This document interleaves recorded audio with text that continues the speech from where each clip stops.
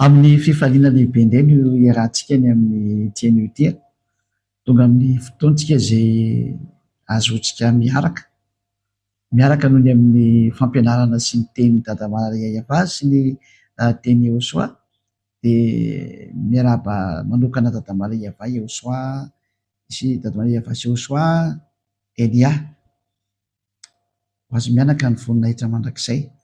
Dia avy hatransika aloha dia andaontsika hariva afaka ametraka ny teny rehetra eo am-pelantanan'i Dada Yava sy Iosoa hariva afaka antsika. Saotra betsaka noho ny amin'ny fahefana nomenao andray Dada Maria Yava, ny amin'ny ahafahako indray mitondra ny teninao, manambara ny teninao amin'ny tian'io ity, mampiseho ny hatsaranao lehibe ary manambara hatrany ilay fitiavanao, ilay hatsaranao. Tonga ny fotoana ilazana ny zavatra rehetrarehetra, ny fahamarianao izay tsy maintsy ho asehonao, ny hery sy ny fahefanao izay tsy maintsy ho apoitranao, dia ny teny marina, ny tenin'ny fahamarinana avy any aminao, ilay teny tsy azo sakanana ary tsy azo toerana. Marina loatra ianao ary lehibe loatra ianao Dada Maria Yava, indreza ny fahalehibiazanao, tsara loatra ianao e, mendrika mihitsy ny fidirana sy ny fankalazana anao. Voninahitra anao mandrakizay, voninahitra anao ary ny fankalazana rehetra dia atolotra anao. Misaotra betsaka fa tena tonga ny fotoana izay tanteraka ny fahamarinana, tonga ny fotoana izay iseho ny hery sy ny fahefany lanitra, ampahafantarana amin'ny olombelona fa misy tompony ity tany ity, tsy anazy ary tsy an'izay mihevitra fa prince de ce monde na andriana an'izao tontolo izao, tsy an'ireny fa anao Dada Maria Yava, anao sy Iosoa, ianao ny tompony zavatra rehetra sy ny fahefana rehetra. Omeko voninahitra ny dadako malalako Yava. Da io ary zehetra ho ambarako eto indray, mofisy io ny voninahitra sy ny herinao hatrany, ho fahamarinanao ary tsy miteny mihitsy ny Elia, raha tsy ianao no mametraka ny teny eo am-bavako, ho voninahitra ny rano masina izany. Amin'ny anaranao Iosoa, ary misaotra anao indrindra koa fa avy any aminao avokoa ny zavatra rehetra matoa naseho amin'ity izao tontolo izao ity, avy any amin'ny Dada Yava, nakao aminao ary izao entiko izao indray noho ny amin'ny baikonao. Misaotra betsaka, voninahitra ho anao Iosoa malala, ary amin'ny anaranao nanaovana izany vavaka sy izany teny rehetra izany. Alleluia, amen.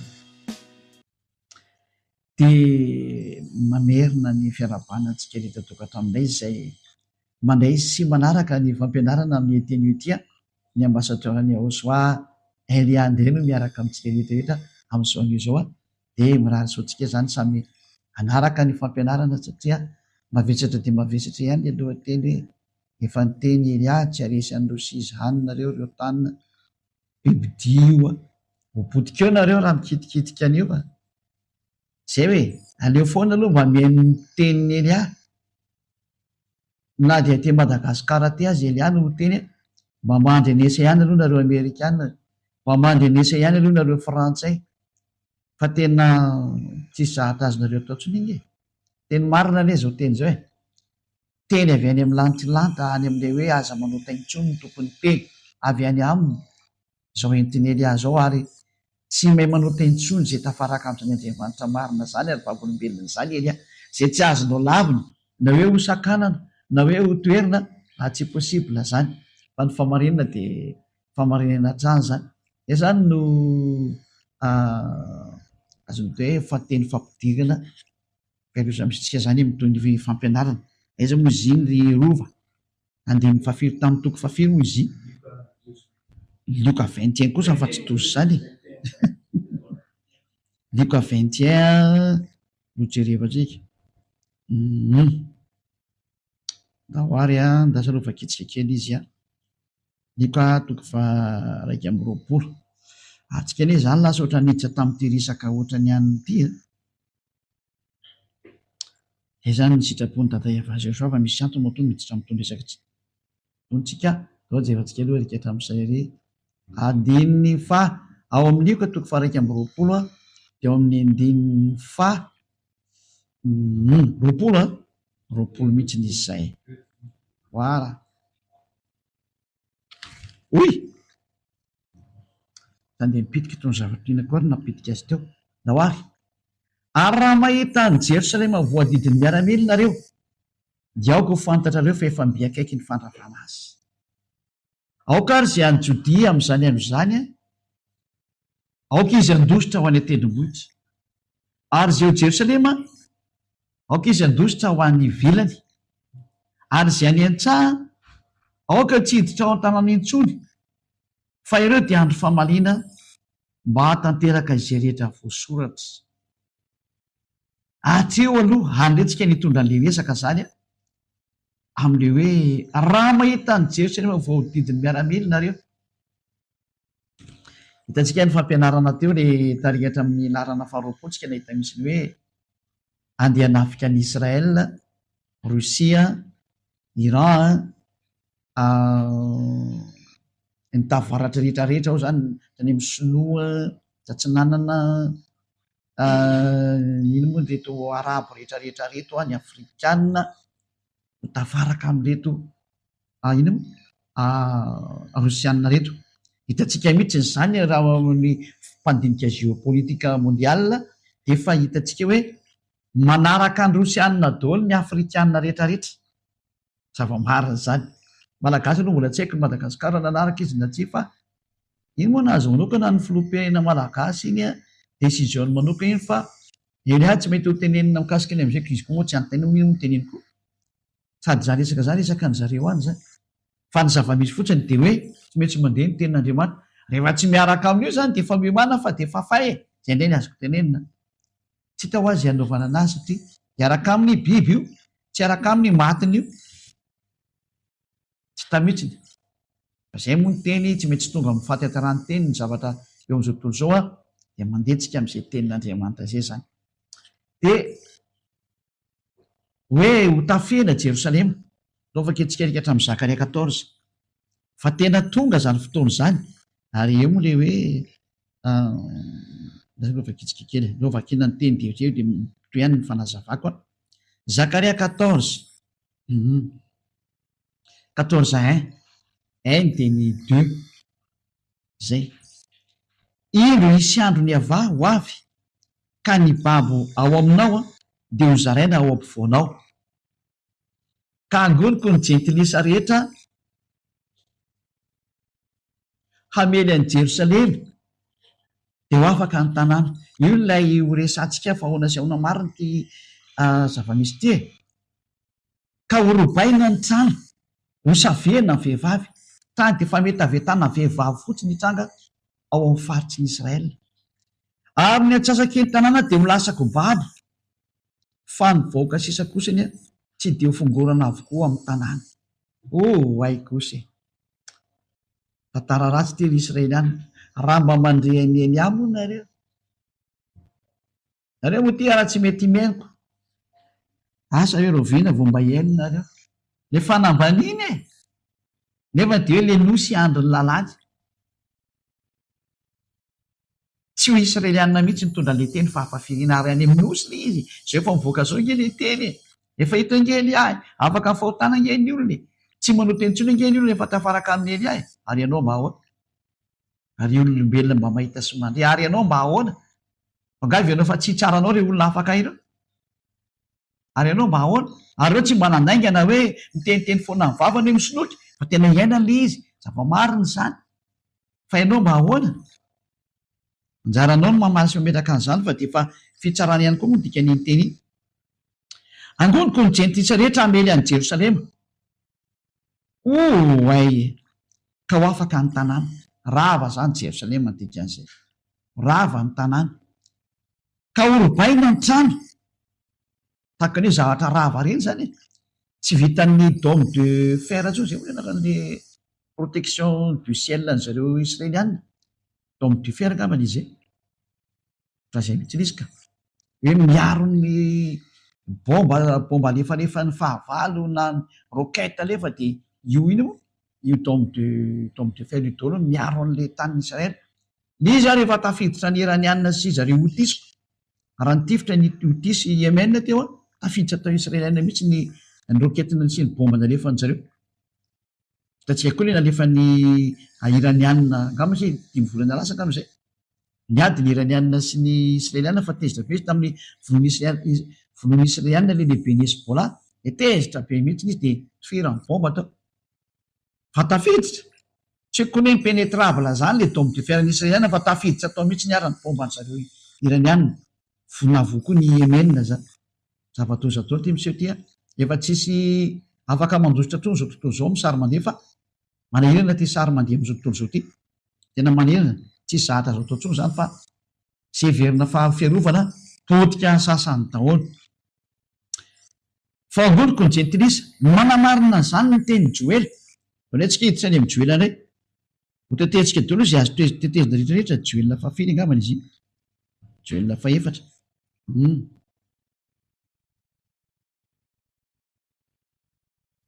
Joel toko faefatra, andininy voalohany sy ny faharoa. Ianao daholo anketo ny tenin'ny faminaniana toy hoe ary amin'ny mampaminany dada Iava dia mitovy daholo ny teny. Mandeha tsikelikely ny fanaporofona ary Elia zao ny farany mpaminany Iava farany. Dia anjarany Elia amin'izay manome ny sary teo teny sary rehetrarehetra teny miseho dia zao daholo zahatra tsy maintsy mitranga aminareo fa ny mpaminany mitovy daholo ihany ny tenin'ny mpaminany fa ny précision samy manana fotoanany. Fa amin'ireo an'ireo sy amin'izany fotoana izany raha ampodiko ny Joda sy ny Jerosalema avy any amin'ny fahababoana, efa niverina tamin'ny taniny ara zareko tamin'ny taona 1822. Nanomboka niverina tao amin'ny taniny zareo tamin'izany fotoana izany. Tamin'ny taona 1822 efa niverina amin'ny taniny izy zany, mbola namafisy ny Joela mihitsy zany hoe karaha niverina avy any amin'ny fahababoana hoy ry zareo. Dia izao ao amin'ny andininy faharoa, dia angoniko ny jentilisa, angoniko ny jentilisa rehetra ka hoentiko midina ao amin'ny lohasan Josafata, ka ao ny fandarako aminy noho ny amin'ny Israely oroko sy lovako. Izay nahelana tany amin'ny jentilisa, alahelo ny dada Iava mihitsy zany ny jiosina lefa tany amin'ny jentilisa natao babo tany amin'ny jentilisa iny, fa saingy tezitra izy dia tsy maintsy nataony. Izay tonga nanteny taminareo hoe raha tsy anio manao izay mampatesany io Andriamanitra Abrahama sy Isaka sy Jakoba io. Tsy fanao anie io e. Fa rehefa mandefa loza irery fa tsy hitanao izay anaovana anio e. Fa tandro hoe tazany potsitra ny tany nalavolo izy fitenenana. Dia izay sady nanaova ny loka ny oloko dia zazalahy nataony takalon'ny vehivavy janga sy mahasamihafa zany. Dia andingana amin'izay tsika zany. Ary amin'ny andininy faha 1 angambany izy iny. Ao amin'ny andininy faha 1. Toy le teo zany hoe efa hiady dada Iava amin'izareo dia ohatran'izao zany misy. Zany hoe namely ny Israelianina dia potika ny Israelianina nefa na izany aza dia ho avy amin'izay dada Iava. Ho alefany eo amin'ny lohasan Josafata. Ho alefany eo amin'ny lohasan Josafata amin'izay izy. Zany hoe ity ady makany Israelina ty zany dia eo amin'ny lohasan Josafata. Ka ny lohasan Josafata sy ny tendrombohitra Megidoa fanakaiky ireo toeran'ireo zany. Dao raha vakitsika zany. Tamin'izany fotoana izany moa zany dia efa andezany fanambarana zany. Avy afaingany ianareo jentilisa rehetra avy eny manodidina eny. Eo zany le hoe manodidina ny Israela dia hitsofoka ao Israela daholo amin'izay. Hiditra ao zany Libiana, ny Gazaoui, ny Jordaniana, ny Siriana, tsy haiko tsozy hatrany amin'ny Arabo, ny Afrikana, miaraka hitsofoka hamely hamely any Israelianina daholo zareo. Ankoatra ny Rosianina sy ny Chine sy ny tavaratra izay hiaraka amin'ny rehetrarehetra. Zava-dosany ity sary ty e. Zava-dosany ity sary ty e. Dia andaoka jerevantsika mihitsy fa tena hoe dia eto midinao no maherinao Iavao. Ifoany jentilisa ka hiakatra ao amin'ny lohasan Josafata. Io lohasan Josafata ianareo tsara io. Fa ao ny petrahako hitsarany jentilisa rehetra avy eny manodidina eny. Zany hoe sady terrain de combat io zany ary rehefa raikitra tena mahatsiravina be ny ady sy mandeha dia hipotra amin'izay dada Iava. andehanao ny fitsarana am'izay izy. Ndao jerevantsika hoe tena hoe tena iroatra avy any avaratra ve lozanjony israelianina, tena iroatra avy any mihitsy. Ndao tsika hoe tenin'Andriamanitra kely aiza moa izy mety hampiasa baiboly kely aloha ohatra ny karazana repera kely fa tena ohatra ny efa elaelany tsy nampianatra an'izany rova lasa vedety mihitsy ny tato ato zay. Mahafinaritra zany vedetiny Ahosoa any tsara tsy hoe vedetiny Ahosoa zay vedetina Devoly ihany rova vedetiny Ahosoa tsara zany. Jeremia toko voalohany angambany izy iny no jerevantsika andininy efatra ambin'ny folo rehetra dia sisitsika zany izy. Jeremia efa ela moa nampianarana anytony dia voatery tsy maintsy mamerina kely mijery kely anaty baiboly tsika. Jeremia 1:14 Jeremia 1:14 hoe tena io zany le olona nylozanjony israelianina hoe tena avy any avaratra ary hoe iavah tamiko iroatra avy any avaratra ny lozanjony mponina rehetra amin'ny tany miomana ary nareo miomanareo ry olombelona fa avy any avaratra ny lozanjoanareo ary tsy iza le avy any avaratra fa Rosy Goga mpanjakany Rosy izy ny eo afarany avaratra. Matoka efa niaraka ny jery saritany dao zay nahenao an'ity fampianarana ty ho azy tsy ny jery saritany zany dia manaiky ny teny fotsiny hoe ny avaratra dia ny centre du monde Israël dia ny centre du monde miainga zany fijerevana ny avaratra ny Israël zany zany dia Rosy ao hoe Rosy Goga mpanjakany Rosy zany ty tenenina ty zany avy any zany lozanjo amin'ny tany ny lozanjo ny mponina rehetra amin'ny tany dia avy ao Rosy ny anao anareo rehetra ray menakavy zay na tonga titre hoe tsy aresy Rosy zany nareo satria maninona ho any zay rehetra mahafantatra ny famarinana soatra masina rehefa tsy mahafantatra anao dia anao sy ny tranonao fa maro ny teny io tsisy afaka mandositra an'io zany tsisy afaka miala n'io teny io voan'io daholo zao tontolo zao ary ny andriamanitrynareo tsaraina daholo am'izay ny andriamanitry ny indien ny andriamanitry ny arabo ny andriamanitra ny izaniza ny andriamanitra tsy izy rehetra dia miomana fa ho tsaraina zay zao namoahany Jesosy vava zay taitra dao zao zay mahinao zany teniko zany fa vava zany vava avy any amin'i Jesosy misy manangana teny Jesosy ie kama mitsangana be ny antenina io ohatra hoe ahoana moa ny ahafahan'i Jesosy miresaka aminareo tena nyresahany zaiko elia tsy mba mandainga zany sanatiana zany fa raha izy moa zany misoloky dia anazy nefa ny ahoana moa ny efa nisoloky anay koa nefa tena izy voatra ny sarotra be aminazy koa zany fa zao ny vavany hoe mba hatsaro ny vavanay tena variana be am'ty teny ty fa tena vava zany zao ny vavana rehefa ntaty aminay taty hoe nareo tsy ahova olona zany no ninninona ho ataonareo aloaloha alefalefa ambangivangony kely le teny sao dia misy mipika dia tsy tiako fa ny olona ho ny tsy maintsy manao ratsy ary tsy maintsy mijangajanga tsy maintsy manao ny adalàna fefa ny blokeny Jesosy daholo ny lalana ho any amin'izany te hoe fibebahana zany vava zany dia hoe aza mianatra miteniteny eo petsaka moa zany fa zay ny azo tenenina aminareo dia ny ankoatran'izay ho mpavararaka daholo amin'izay ny nandeha rehefa taoriana zany manahirana e dozany hoe ahoana ny afantaranao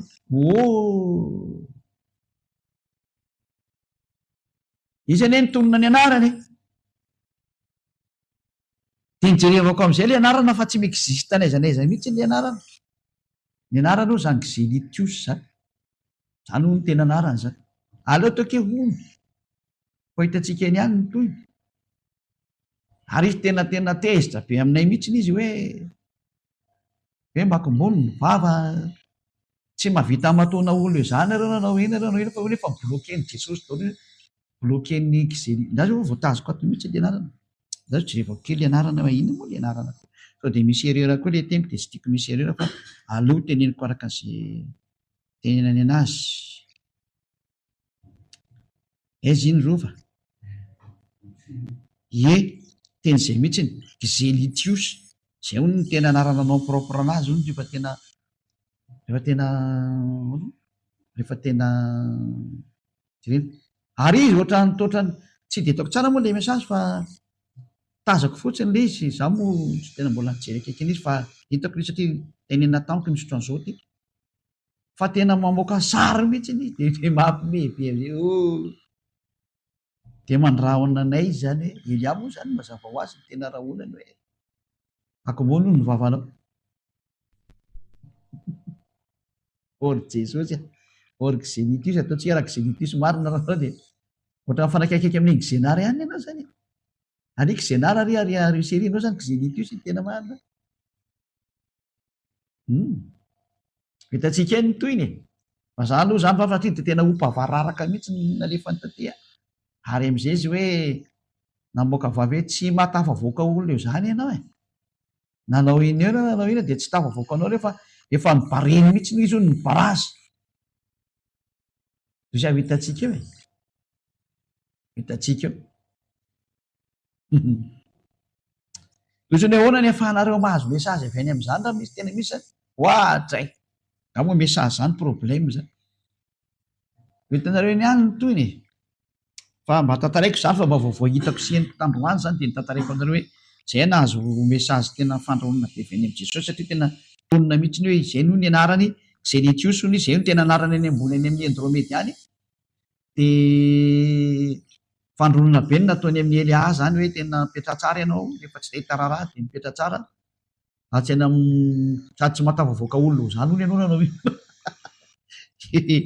hitantsika eo hitantsika eo vavan'i Jesosy na marina zany na ahoana fa de hifankahiteny any marintsika ary raha tao tsy mahazaka koa indray Jesosy ny tena marina ohatrany tsy mahazaka rehefa ohatrany eritreritray ohatrany tsy mahazaka izy tsy mahazaka Jesosy tsy mahazaka Xenitus saiko fa izy ihany namoaka zany anarany zany de miaraka amin'ny fahatezerana be izy hoe teo ny anaranao raha ohatra ka tena mitady de efa nampitandrina izy de efa atao fantatrinareo tsara fa izy io ny rahany zany dadany zany fa manana dada mihitsy ny izy io tsy tia ala fa tsy misy olona tafavoaka zany hono nanao iny nanao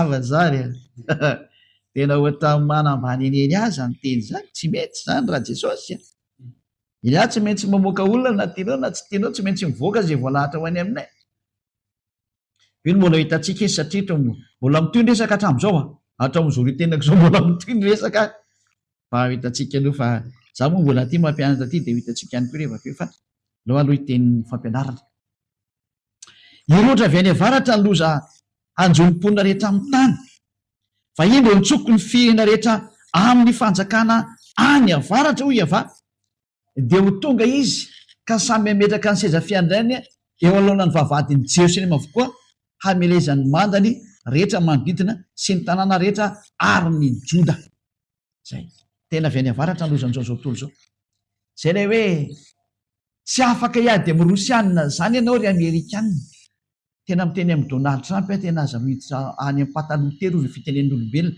ka ty tery pataloha ty tsy haiko ahoana ty zany mahatonga ny tery zany mety natsofoka tany ve ny loza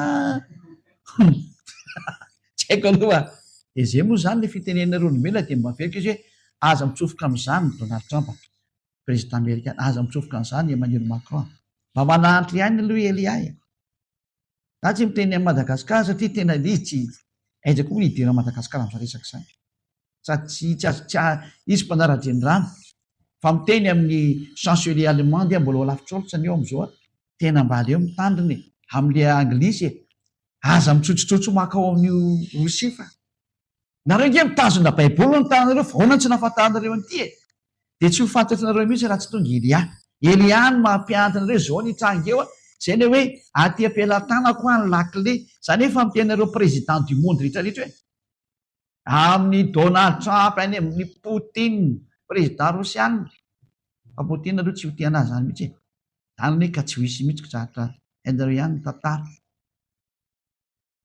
amin'izany président Emmanuel Macron zany raha mba mety indray andro mety mba mahenonao zao fampianarana mety tsisy piti zao toko hoe tsisy piti satria vitsy manao zay tezitra daholo zay mahitaka le fahatezeranao mihitsy nefa le ilaina aloha am'izao ho tadidinao le lakilele nipotra teo amin'le tele kely tao anatin'ny ordinateur kelinao iny sy tao anatin'iny telefona kely hoe inona koa toy sato tabataba iza koa ty rangaty Elia io io ilay mitondra ny teny fiainana le tsy tianao, le alanao mihainao anazy satria tsy mifanaraka amin'ny eritreritranao, ka tsy le hoe mifanaraka amin'ny eritreritranao no izy fa mifanaraka amin'ny fahamarinana no izy mifanaraka amin'ny tena any dada malala dia iava. Manetsika aloha dia la hanaporofany ty teny ty aiza indray izy rova ao amin'ny bokyny Jeremia any amin'izay rova aiza iny ao amin'ny toko fahaefatra sa ny toko fahaenina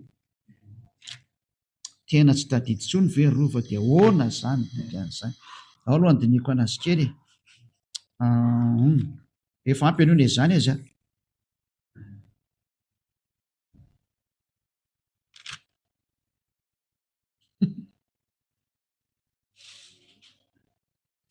alors ny Jeremia toko fahaenina varova tsy mety miteny mihitsy ny kambony. Jeremia toko fahaenina tsy tadidiny tsony izy andininy faharoa amby roapolo. Jeremia 6:22 izao no lazainy avà indro misy firenena avy any amin'ny tany avaratra dia firenena lehibe. Andao avoakatsika izy tsy mety. Jeremia toko fahafizy teto rova 6:22 zay ndao ary Jeremia 6:22 miara mijery taontsika rehetra zany. Jeremia 6:22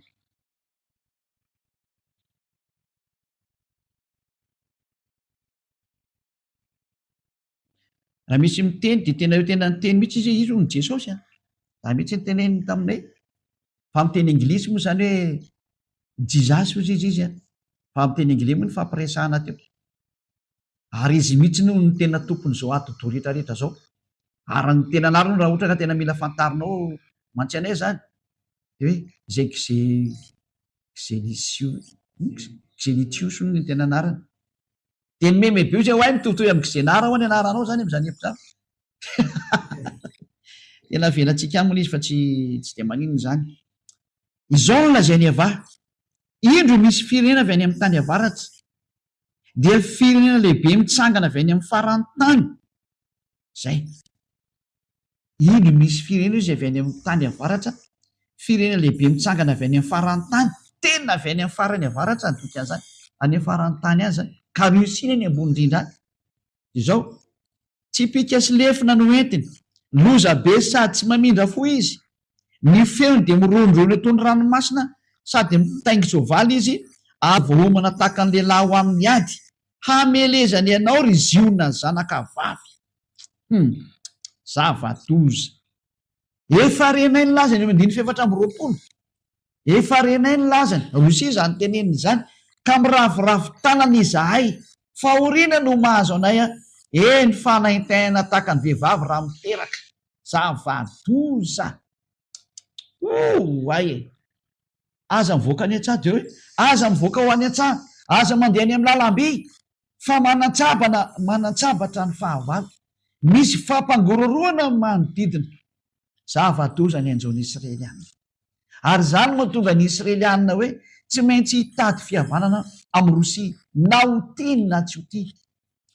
De efa teneniko aloha anao mety tsy anao ngaman'ny premier ministre eo Benyamin Netanyahu fa za moa tsy de mahay miteny hébreu ary tsy eritreritry ny teny hébreu mihitsy fa de fampitaiko ihany nefa nyteny aminao hoe tsy solution nareo efa andeha mitady fihavanana teny zao fa tena mafy ny anjonareo fa voavetaveta amin'ny vehivavy Israel efa miteny amin'ny vehivavy rehetra ho ziona za ao Sion ao Israel raha mbola azo atao andana mifindra toerana any amin'ny toerana hafany fa voaviravira ao nareo tena miteny Elia mbola andro mbola hafanareo mandositra zao ry israelianina vehivavy fa tena loza mahatsiravina no entin'ireo ary tena tsy mifaditrovana reto olo mandoza reto ka mba manao antsoavy ihany Eliana tsy hisy mpiainao azy aminareo vehivavy israelianina dieny zao de mitadiava hevitra hiala tao fa mahatsiravina fahavetavetana sy ny fahabibiana andeha ao aminareo tena tsy misy zava-doza ohatran'izany amin'ity planeta tera ity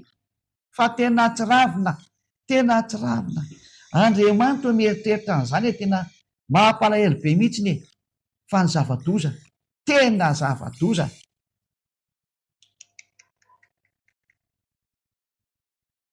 tena miteny anareo ary vehivavy raha mbola azo atao miteny ihany farany ity teny ity tena miala tao Israel ho an'izay vehivavy rehetra ao Israel miteny mialohan'ny fotoana aminareo mitadiava hevitra Raha mbola misy ny solution ilana tao, tena miala tao diny zao nareo.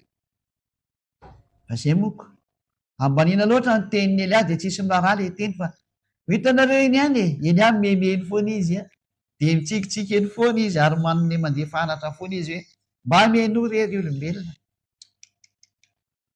Zava-doza, zava-doza, zava-doza. Aleo mihitsy ny ahoana re ty zany, zava-doza. Andriamanitra oloaran'ireo amin'ny tanana ny ao anatinareo ry vehivavy, tena ho fahoriana mahatsiravana. Tsy tehiteny afa ozy fa tenento itenento zany izy. Oloaran'ireo amin'ny tanana ny mahavehivavy anareo, fa izay ny anaovan'zareo anareo dia ho fampijaliana mahatsiravana mihitsy. Mbola misy ny lavitra noho izany aza fa dia izay aloha ny azo tenenina, fa tsy mba fisavehana intsony fa zavatra hafa mihitsy ny anjoa anareo. Ary tena oloarany dia avoakany hatrany amin'ny tsinainareo ny hafarany izy, ka tsy ho fahoriana sy voadradradradrana ve? Satria lozika be le zahatra, satria tezitsisy tamin'ilay olona 40 000 ny vonoanareo. Tezitsisy satria narovany Amerikanina nareo, izay Amerikanina tsy maintsy andohalika eo anoloanan'ny Rosianina. Tena mafy be le teniko ry Amerikanina fa tsy maintsy izay ny anjoanareo. Aratra dia aratra nareo, tsisy solution intsony nareo. Midina ny fandravarana, midina ny fandinganana. Tsy misy ninona azo atao intsony amin'ity planeta Terre nareo ity. Izay no mahatonga ny Elia tena miteny hoe mba mandrenesa faraparany ihany e, raha mba misy hafana mihaino kely any Elia, mba mihaino kely ihany aloha. Dia atezerana be satria nalovany Frantsay nareo, nalovany Alemaina nareo, dia nalovany OTAN nareo. Dia tezitra daholo ny fiaina manodidina rehetrarehetra. Aza mananteny nareo ny Amerikanina hoe ny Ukraine zany dia hiaraka aminareo. Izany ange ka tsisy. Esory anatin'ny atidohanareo rehetra OTAN zany, fa tsy hiaraka aminareo zany zany Ukraine zany. Dadabe ny Rosianina tsy maintsy miaraka amin'ny zafikeliny.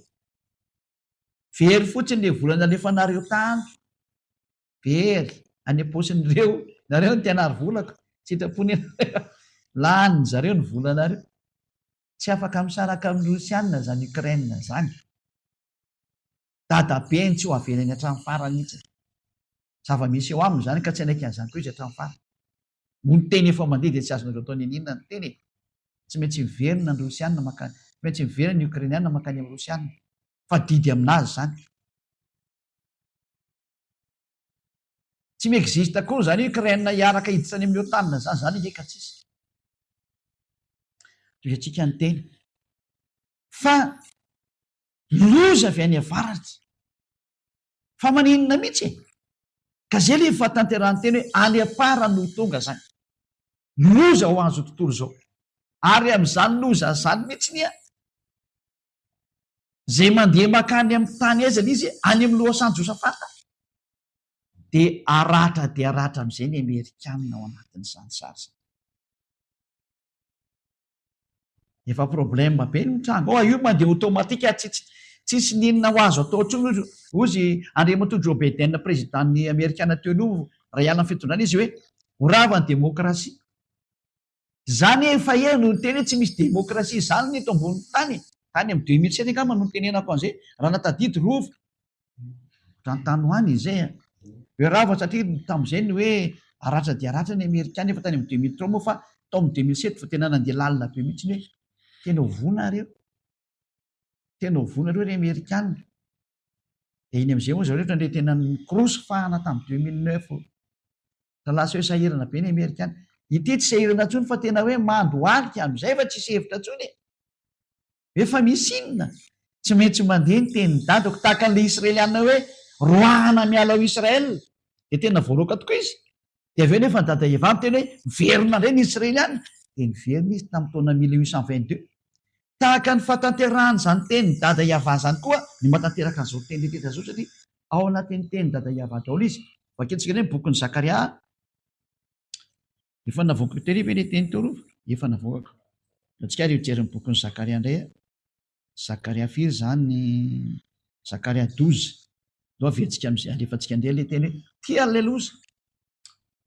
Tia loza ity. Zakaria 12, 12, 1, 2, 3, atrio.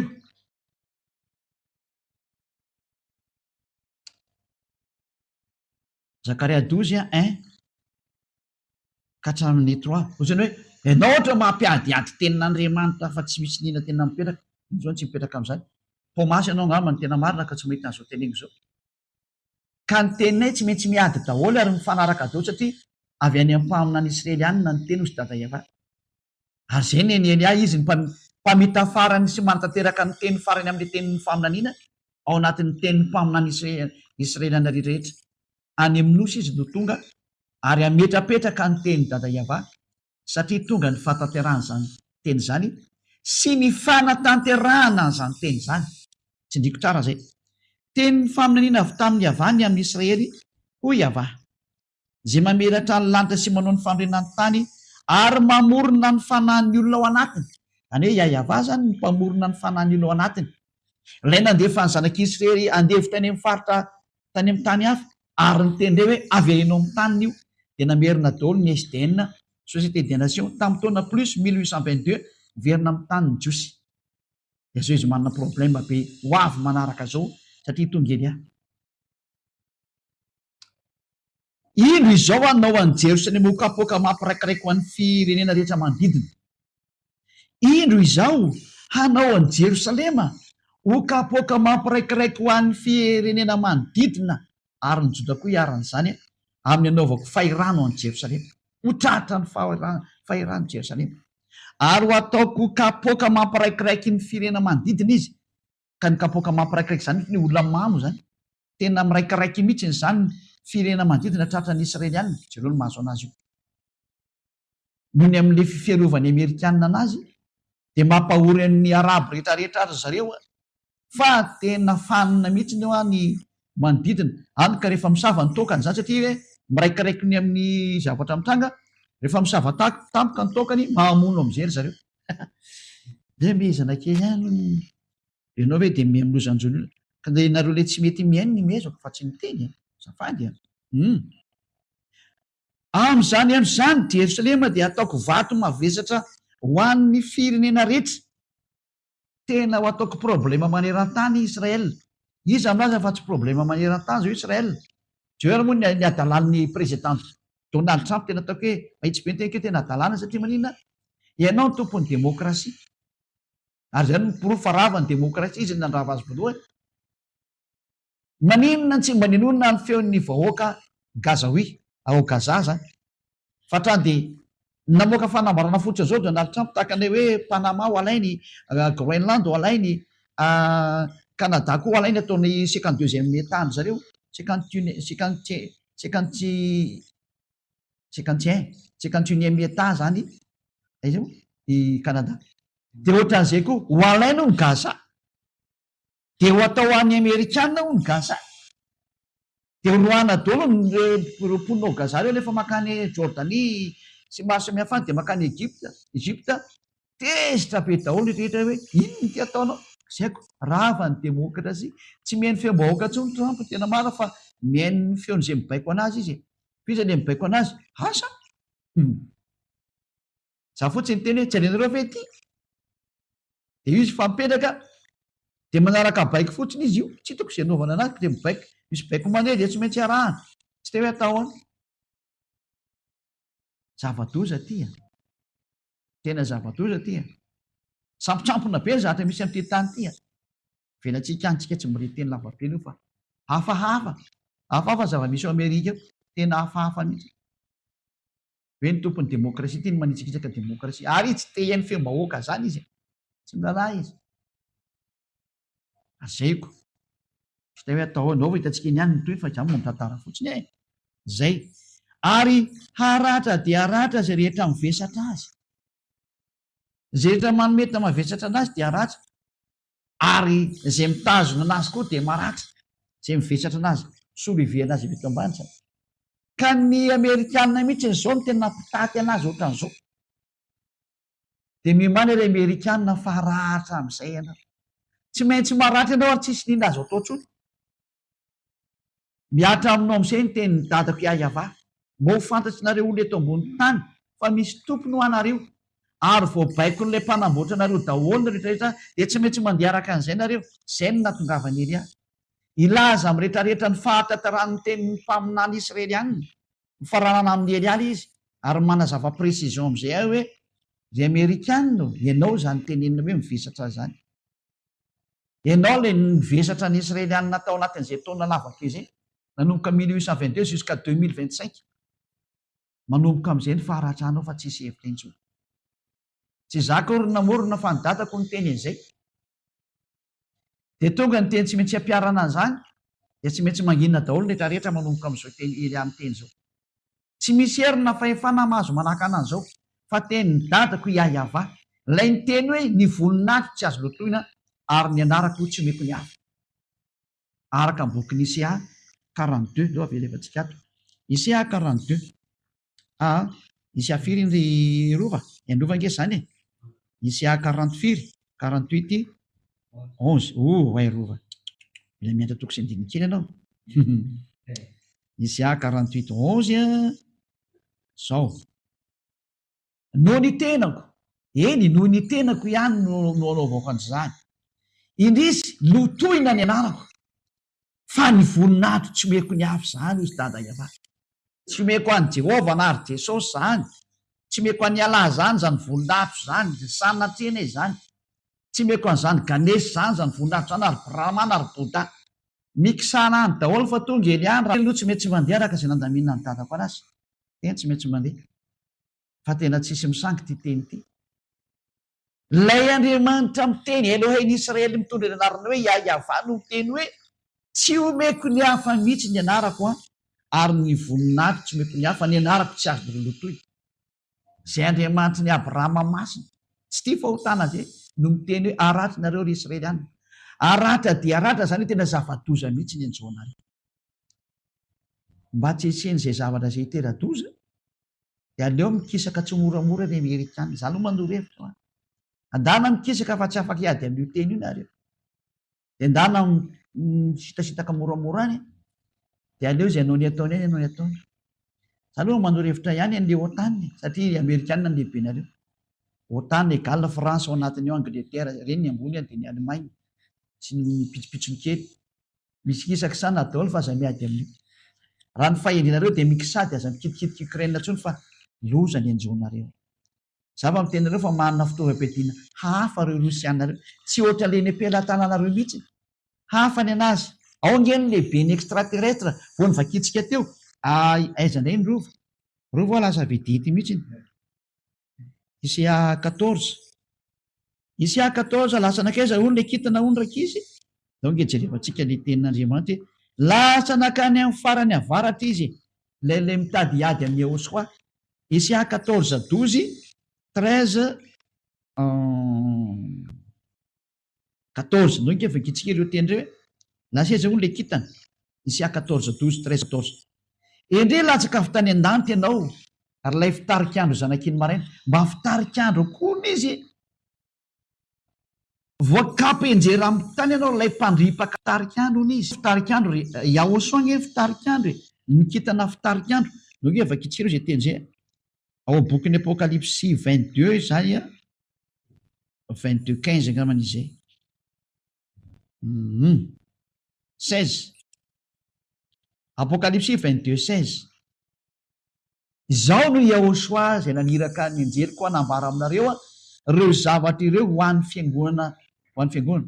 Izao no silofo sy taranaka Davida nikitana mamirapiratra fitarikandro. Yahosoa natao hoe fitarikandro. Izy koa rio mba fitarikandro koa izy ry mba kitana koa eo nisy zany e.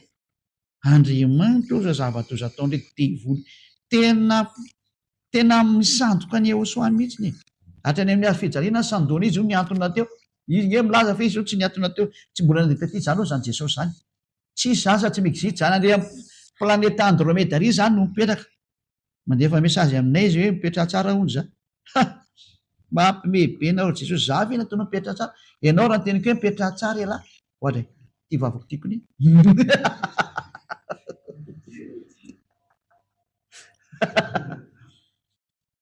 Ka izy miteny ratsy beko.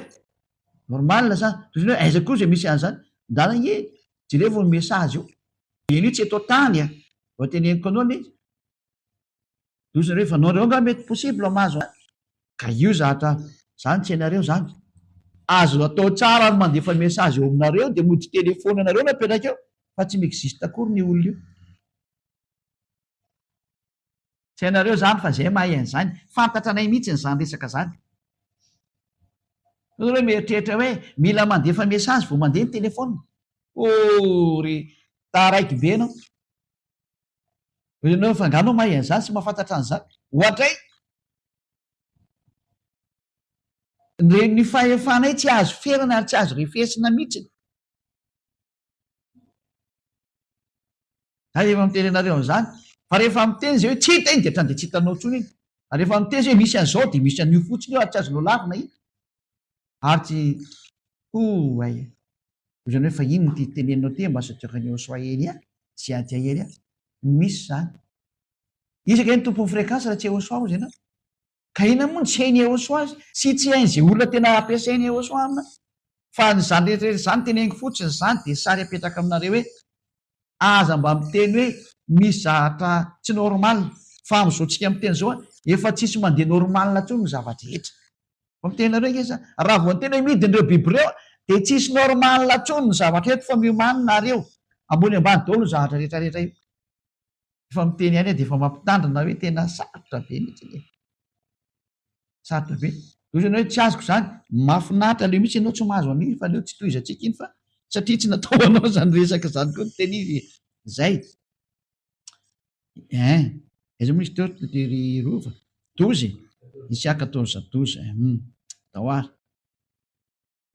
indri latsaka avy tany an-danitra ianao lay fitarikandro zanakiny maraina voaka-mpianjera amin'ny tany ianao lay mpandripaka firenena nefa itsika iny ianao io zany le divoly ty milaza fa mba izy koa mba kitina fitarikandro tena midefieny eosoa mihitsiny izy tahaka an'le jesosy mandefa message aminah de hoe akambony no vavany lahy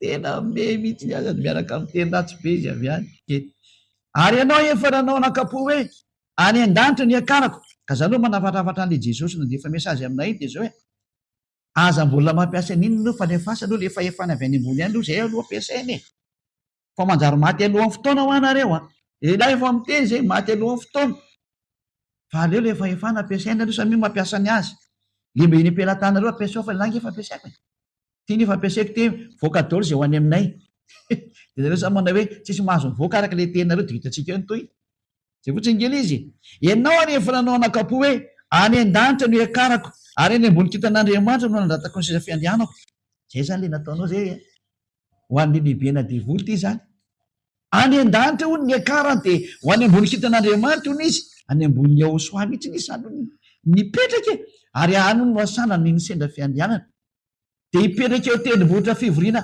any amparany avaratra ny izy ay androsa izy ny andeha ary izy ny ampivory an'izao tontolo zao sady mipetraka any amfarany avaratra izy ary izy ny mampivory an'izao tontolo zao zay le bokyny izy ezekela am'izay verkitsika ny ezekela 38 ezekela toko valo amby telopolo engane mba hoen'ny président amérikanina ty de président français ty teniko ty satria de tsy haiko tsony zay any orindrina any ezekela 38 fa miteny ihany aleo ely afa mba message any loha ty fa zay le hoe tsy manao na ino na ina iava tompony maro raha tsy efa milaza ny heviny ampaminany mpanompoly eny hoe am'izay aty ezekela 38:7 e mampiadipiady toko sendininy fa le toko sendininy apediko mihitsy loatra ny domy ity nipotra aminareo kelikely ao ary faly be ny mpanao domy ianao zao ay kosa tena miady mihitsy tobolenina mihitsy ty miara-mipetraka ty ay miomanary ka mitova tsara ianao eny ianao sy ireo zay momba anao zay efa mivory aminao ary aoka ianao no mpitarika anazy mipetraka any mpanjakandrotsy izy mifindra makandrotsy daholo ny centre ny rehetrarehetra ravany eo amerika tsisy ONU tsony ao tsy ao tsony ny ONU tsy ao tsony zay rehetra mombamondra any hoe zahatra mody hoe amerika velomany amerika tsisy hevitra tsony miomany ianao ka mitova tsara ianao sy zay rehetra momba anao efa nanany Rosia zany resaka zany efa ao aminy zany resaka zany efa vitany mihitsy le mitova tsara irary io fa navita bombako de Rosia ve ny tsy havita aminareo Zany io zany tsy manaraka fifanarana zany re Amerikana. Ary OTAN tsy miarana zay fifanarana reo zany. Président mondial ny faketrehany zany firenena. Ohatran'ny Dimitri Peskov mihitsy na izy iny le mpitondra tenin'ny Rosiana. Izy moa le Piotr Tolstoy, dia jereo iny teny Piotr Tolstoy fa tena midefy zao tontolo zao mihitsy ary miteny hoe nareo nge vendrana daholo ny teny izy. Dadanay ny teneny io tsy maintsy mandeha ty teny ty dia mba mipetrapetra ianareo. Fa io tena tsy zatra azo lavina intsony hoe exécution io am'izao tsika miteny zao. Exécution. Tahaka le hoe mivembena dia mivembena ny tany, ina moa tsy hivembena amin'ity sary ty. Ary efa mandeha ihany ny fanatanterana ny teny hoe mivembena ny tany. Matoa mivembena ny tany dia misy mamana azy ny dikan'izay. Ny sorona zany le miazona azy, indrisy ry tany sy ry olombelona eo aminazy. Efa mivady aombenana anareo teny fiarovana ty taninareo ty. Efa mivady daolodolo ny zahatra mikasika any amin'ity taninareo ty. Efa miozaoza ny taninareo. Efa tsy misy tsono mitazona ny taninareo. Efa tsy misy tsono mitazona ny système solaire anareo. Efa ravarava daholo zany rehetra zany. Tsy misy zahatra mandeha amin'ny lohany intsony. Fa jerevantsika ny tenin'Andriamanitra mikasika amin'izay ry rakizy Isaia 14 moa ilay misy hoe rava dia rava ny tany rakizy. Tsy mba tadidinareo nga? Aie. Aiza moa hoe mamy dia mamy ny tany. Tsy tadidiko iny rakizy. Izy ny teny izy matadidina iny nareo. Le hoe mivembena ny tany tahaka ny tao mamy ny tany dao ndre jerevantsika ato aloha fa azy etako tsy tady. Isaia 24:19 ry tena tsy tadidinareo ndre. Tsy maintsy mamatika kely baiboly vao tadidiko foana le izy. Ary koa rakizy dahoary mba tadidy ihany tony rova. Tony ianareo nge mpanao gazety mety aminareo tony resaka mamimamy tony. Zay ary dahoary tsika. Isaia 24:18 dia 19. Ary zay mandositra noho ny fandrenesana ny tahotra dia ho latsaka any an-davaka. Ary zay miakatra avy ao anatin'ny lavaka dia ho voan'ny fantsika. Fa misy varavarana mivoa avy any amin'ny avo. Io zany misy varavarana mivoa avy any amin'ny lanitra ny lanitra avy any ambony any zany. Ka miororo ny fanorenana ny tany. Tsy misy tsony zany ny fanorenana anareo fa miororo le fanorenana anareo. Efa misy zany amin'izao tsika miteny zao. Tahiny eo soany izy manao an'izany asa zany. Ary rava dia rava ny tany. Tresaka dia mitresaka ny tany. Ka mitsingevana toy ny fandriana miantona ny tany. Mety ambesatra aminy ny fahadisoany. Noho ny aminao ry olombelona dia ianao ny tany no hiaran'izany loza nataonao zany. Mety ambesatra aminy ny fahadisoany. Nefa nitaiza moa ny tany nanao iny? Ianao olombelona na tonga anazy potika. Dia potraka izy ka tsy ho tafarina intsony.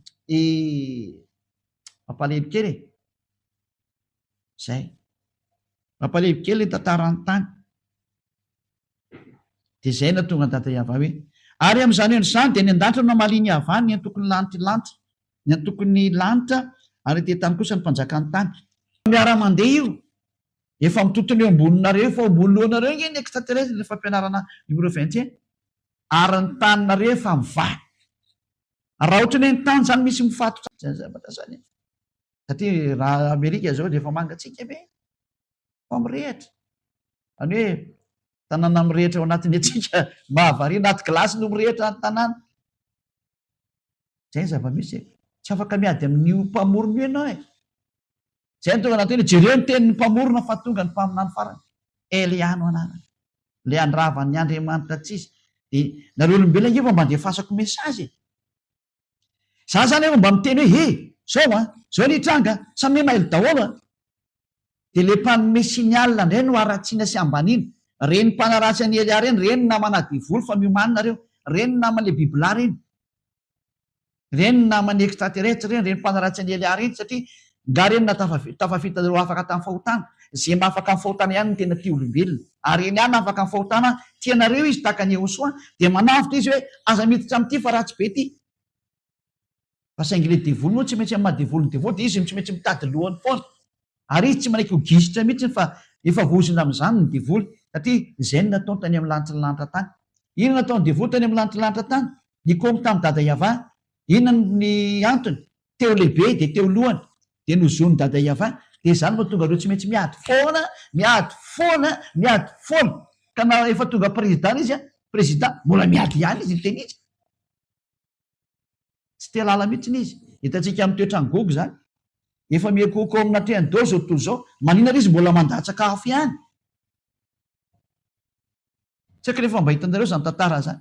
Satria izy eo anoloanan'ny Elia, ifandona izy sy Elia, tsy maintsy mandefa afo izy ny farana fa tsy hitantsony izy atao.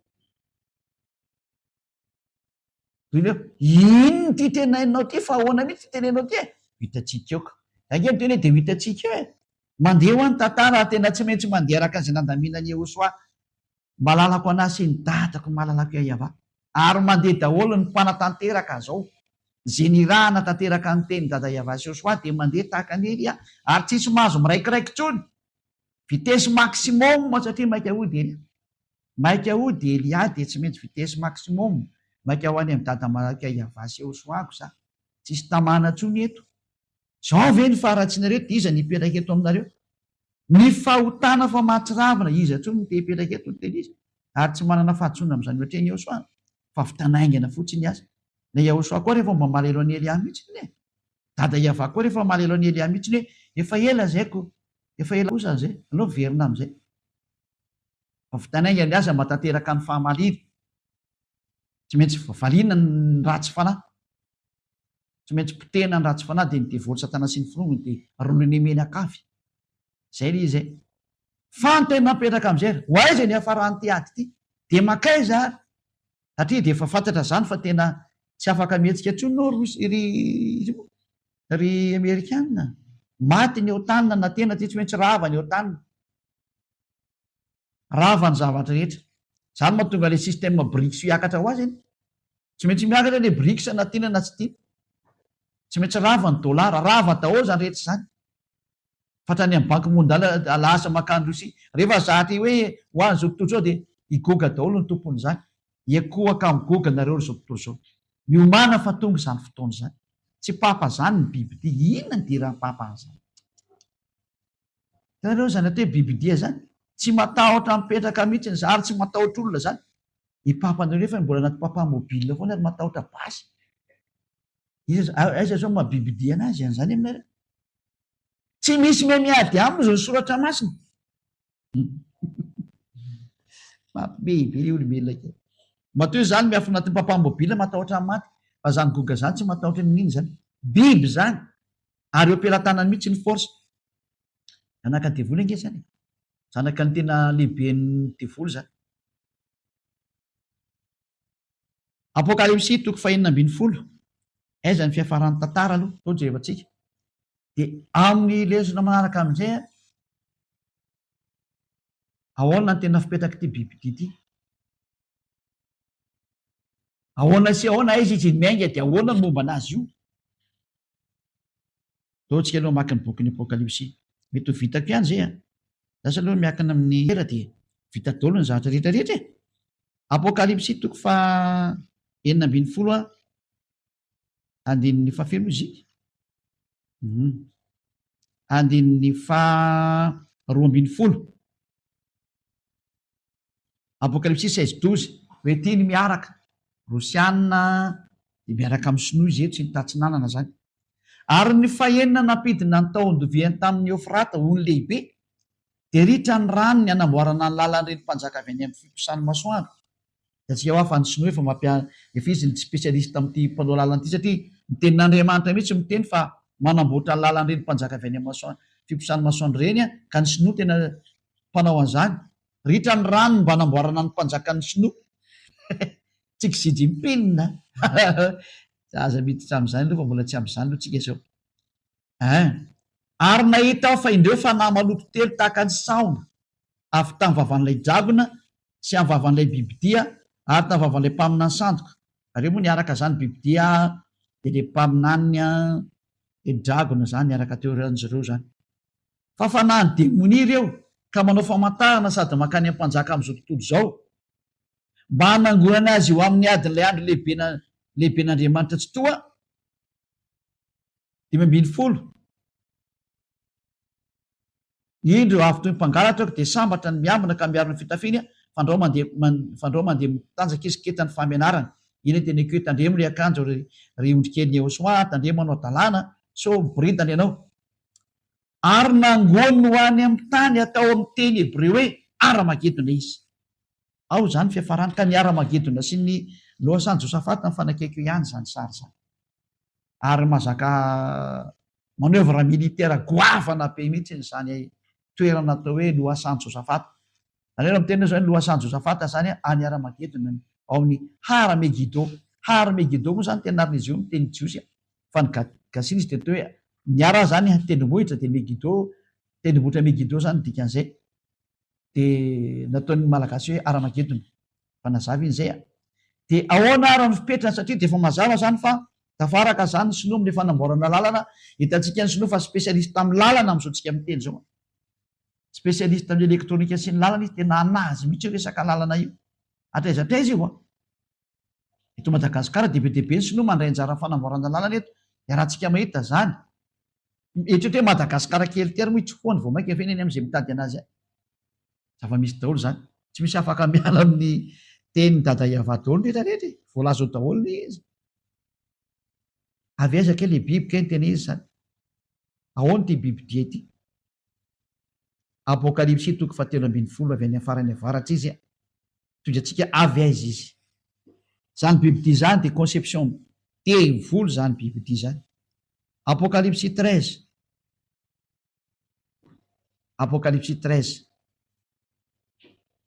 ary nitsangana teo ambonin'ny fasiky ny ranomasina izy.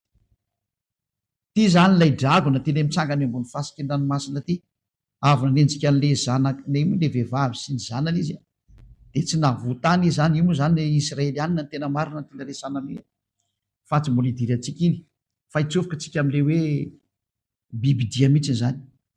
Ary hitako fa indro nisy bibidia niakatra avy tamin'ny ranomasina nanana tandroka 10 sy loha 7 ary tamin'ny tandrony de nisy diadema 10 ary tamin'ny lohany de nisy anarana fitenenan-dratsy takana ny Jesosy na de efa teny ratsy be ty amin'ny Elia ty fa teny ratsy zany ary ny bibidia zay fitako izy tahaka ny leopada zay ny tongony avelatsika any iny. Ahoany ty bibidia ty niakatra avy tany amin'ny ranomasina. Mazava be conception avy ao anatin'ny ranomasina izy. Avy any ty bibidia ty namboarina. Zany hoe ny volavolaina avy any amin'ny toerana maro samihafa izy conception namboarina tany izy de terminaison avy ao anatin'ny ranomasina ny finalité zany. Tao ny tena namolavolana azy. Tao amin'izy moa naraleo anaty ranomasina amin'ny anaran'izy Leviatana. Leviatana zany ny tena anisan'ny concepteur anazy araka ny zava-misy zany zay. Ohatrany teza nafantaranao zany. Ka inona tsy fantatray aminao? Conception Leviatana izy. Aiza misy an'iny Leviatana iny rirova? Tadidinareo ve? Ndao ndretsika arikaroka an'iny Leviatana. Iny mety hitantsika viditra satria anankiray ihany izy. Ao amin'ny bokin'ny Isaia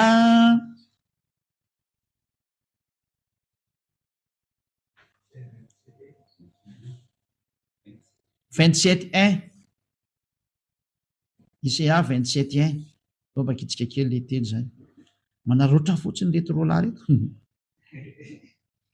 Fetsifetsy be izy de mbatadidina am'izay Isaia 27:1. Ary am'izany andro zany ny sabatry ava zay mafy sady lehibe no mahery tena sabatra any ava mihitsy ny zany mandeha zany. Matola moka sabatra dada Iava de zatra efa kombateny efa mamona an'le tena mpiady aminy izy. De tsisy anefa n'izany fa Yahosoa zany mandeha zany raha vao zany resaka zany de Elia. Yahosoa sy Elia miaraka foana hatramin'ny farany fa saingy zany zao mbola hitanareo. no entiny mamaly ny leviatana dia ilay mena rana mandositra, sy ny leviatana dia ilay mena rana miforiporitra ary ho vonoany ilay dragona ao an-dranomasina.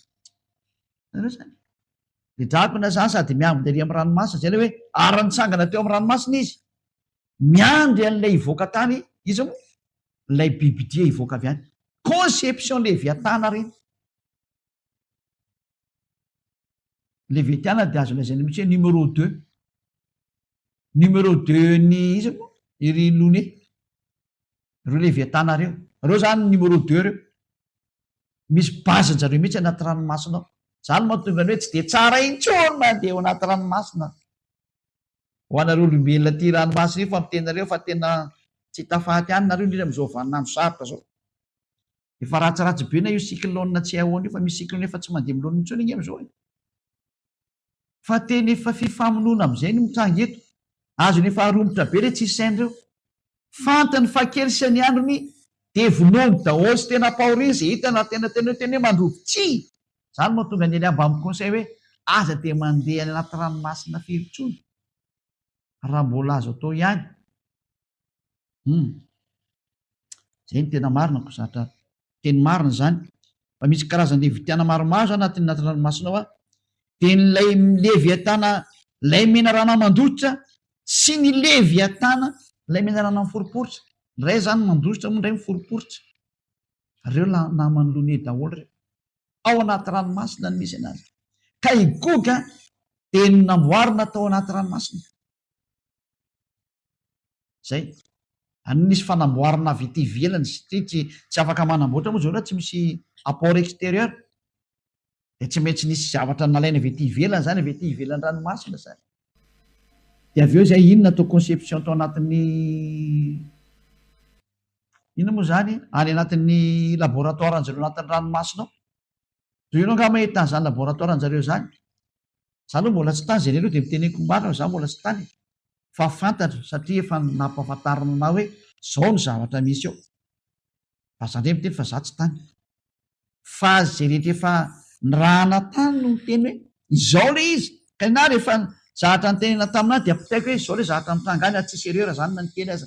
Satria avy any amin'ny EOS1 fanambarana katy amin'ny ely. Izao ny zavatra mitranga nataon'ireo ao. Conception leviatana io goga io bibidia io. Zay nahatonga anazy hoe nivoaka tery amin'ny ranomasina ny dadany. Ka hoe mba dadany io zany le dragona e. Ka marina zany dragona nge ny dadany io e. Miandry ny dadany zany, miandry ny zanany zany le dadany, hivoaka le dadany zany. Dia io izy io. Iverentsika amin'izay le Apocalypse 13 teo hoe izy ohatra ny dessin animé mihitsy izy. Ka reny nge ny marina e. Ka moa tsy tao amin'ny dessin animé nahitanareo ny extraterrestre fa misy le izy ankehitriny. Ndahoarana. Ary indro fahitako nisy bibidia niakatra avy tamin'ny ranomasina nanana tandroka 10 sy loha 7. Avy anaty ranomasina izy zany hoe miainga avy anatin'ny conception avy anaty ranomasina izy. Dia miombana fa matoy izy mivoaka avy ao. Hamely izy ny dikan'iny. Zany hoe hafa ilay extraterrestre midina avy any ambony miraraka makety roloneny avy any miaraka nitarika miaraka aminy. Hafa indray ty mivoaka avy anatin'ny ranomasina ety. Goga indray avy anatin'ny ranomasina mivoaka. Conception sommaire izy zany e. Avy anaty ranomasina izy midika an'izay zany no mivoaka. Namboarina tao anatin'ny laboratoire anaty ranomasina. Midika zany fa misy laboratoire ny extraterrestre anaty ranomasina ao. Zay. Nazavainy ely azy zany zavatra rehetra efa miomana efa hiditra goga. Za tsy miteny hoe mirapitso na afaka apitso fa tsy maintsy manao ny ataony aloha Andriamatoa Poutine na président Rosiana tsy maintsy hanao ny ataony izy aloha. Fa io ny pelolalana ny goga mpanjakan'ny Rosia. Zay.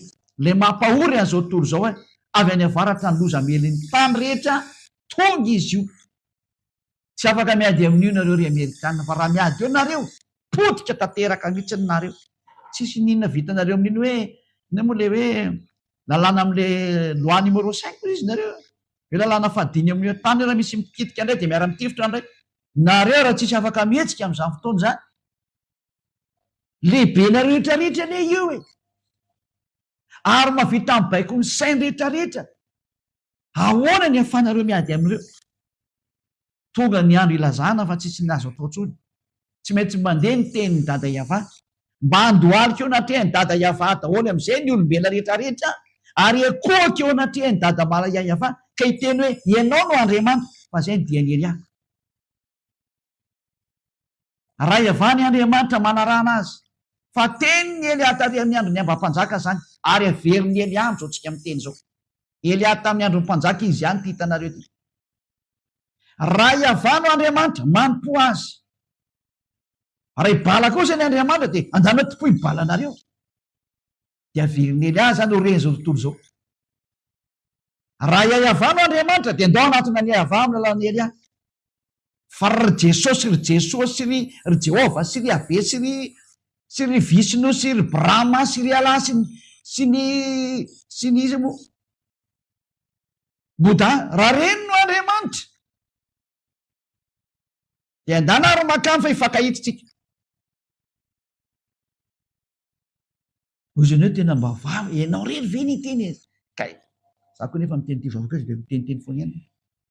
Kanefa izy tsy teniteny foana fa tena marina mihitsy izy, ary tena miteny aminao fa ity za ty hiady aminao rehetrarehetra. Ry bala, za kosa reo fa nananitra anareo olombelona hoe aza mitsofoka amin'ity resaka ty fa aleo ny biby niady aminay. Ary izy tena misy olona biby izy, ary fantatranay zany. Manana basa matafolo sy ny karazana izy, Elia tsy manana ninona mihitsy nia. Za zo hitanareo ty jerevy ty za ty. Bokeo za dia anaty tomobila dia mody any an-tranonay dia matory dia ao dia maraina reny any dia andeha hivavaka anday. Tsisy nina ty pelatana Elia. Tsy hoany niny Elia. Iny mbo pelatana fa matarana any dia peratra dia zay. Dina ny akoatran'izay, zay ny ty amin'ny tanako ity. Reo manana rehetrarehetra reo manana basy, manana tafondreo, manana misilina reo.